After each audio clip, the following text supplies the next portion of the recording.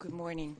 I've been a psychologist for a long time, and I've been working with sexually abused children for close to 20 years now. And missing in the debate, I think, is the view on the victims. So basically, I'm going to overturn my prepared statement and try to explain to you what we are talking about. And maybe that will answer some of the questions that were raised yesterday. So let's assume we have a little girl or a little boy, 6 years old. He goes into elementary school. He went to kindergarten, and there he had this course where he or she learned to say no if someone touches them indecently. He goes to school. He's a happy camper. His parents both work. They don't have much time, and there's this great friend in the neighborhood. Let's say his name is John. And John really starts to take care. The parents are really relieved. They have a great babysitter. He takes care of little things in the household, and he really takes care of that little child. And eventually, he starts to touch that little child, and the child has a problem because there's this great guy. He knows my parents really like him, so who am I going to tell? Even if I tell my mother, I don't want him to do that. She cannot imagine what I'm really saying, and I'm ashamed. So John goes on, and he starts abusing that little boy or that little girl. And he abuses that girl or boy orally, maybe anally, and the shame and the hurt and everything rises, and the parents don't understand. And the fact is, this little child likes John because John does take care of that little child. He or she just wants him to stop what he's doing when he's hurting. But that's really difficult to tell. So the children give off some signs, they say this and that, but nobody understands because nobody can imagine that in my neighborhood, in my family, in my immediate surrounding, I will know someone who abuses children. And if we apply statistics, we have to admit that probably in this room we will have some unidentified victims as well as maybe some unidentified perpetrators. And that's what we're talking about. And that's something we do not want to recognize. So then eventually that little child realizes, growing older, the abuse goes on, and children have ways of coping. And then that little boy or that little girl realizes John is taking pictures and he's making movies. And that makes it even more difficult because now he's blackmailing and saying, you know what, if you tell, I'm going to show them that movie, and that movie will show them that you wanted it, and nobody will believe you.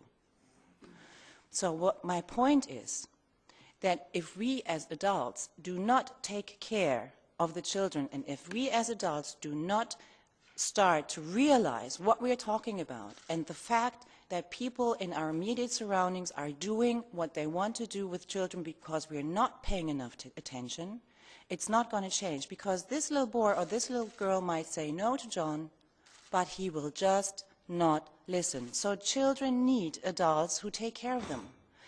And if these images are then being distributed through the internet or through peer-to-peer networks, that makes it even more difficult for the children, as was emphasized by my former speaker, because now the shame becomes utterly public. My worst hour, my worst fear, my worst everything becomes public, and I have no control over who sees what happened with me when I was 6 years old. And even, to be quite honest, even by deleting these sites, we can never be sure that this material will not re-enter the internet or re-enter peer-to-peer networks because we simply do not know who is having what on their computers and sharing what with whom. The same applies to online grooming. If I'm an adolescent, I'm 12 years old, I'm having a tough time with my parents because that's what puberty is all about. It's a tough time for parents and adolescents as well. So I meet this great guy online, and basically he's not even lying so much. He's saying maybe he's 40 pretending to be 30, which is not such a big deal. Maybe he won't tell me that he's married and has 3 children. What he will do online is exactly what John did offline. He will strike up a relationship with me. And he will move my boundaries, and he will confront me with things that I don't want to be confronted with. But I have no idea how to deal with that because I'm completely overwhelmed. I learned, you know, I'm supposed to tell my parents, but how am I supposed to tell my parents or even my teacher that I have this guy that I've been chatting with for the past 3 months who is now chatting me up in a sexualized way, who is blackmailing me into undressing in front of a webcam, touching myself, masturbating in front of the webcam, and then saying, you know what, if you tell anybody, I'm going to distribute these pictures and nobody will believe you. I have a great problem. And if my surroundings don't realize that it's not my fault, because with 12 years of age, even if I'm vocal, intelligent, strong-willed, I am nothing up against a perpetrator who is setting out to sexually abuse me. We have to realize that the shift in power is always in favor of the adults who want to abuse children. Another little side remark is something that we're all not really paying attention to is sexually abuse by women.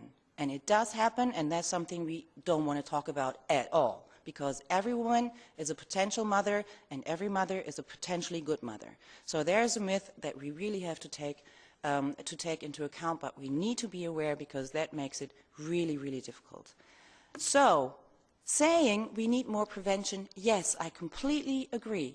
But this prevention will go nowhere if we don't focus on the adults who need to take care of the children and adolescents around them. We need to teach them, and we need to put them into a mode of thinking that will allow them not to be hysterical or panicky, but that will allow them to take the right steps if a suspicion arises. Because most of the time, now let's be honest, if this is my brother we're talking about, I don't want to imagine my brother being a perpetrator. I rather not think about it.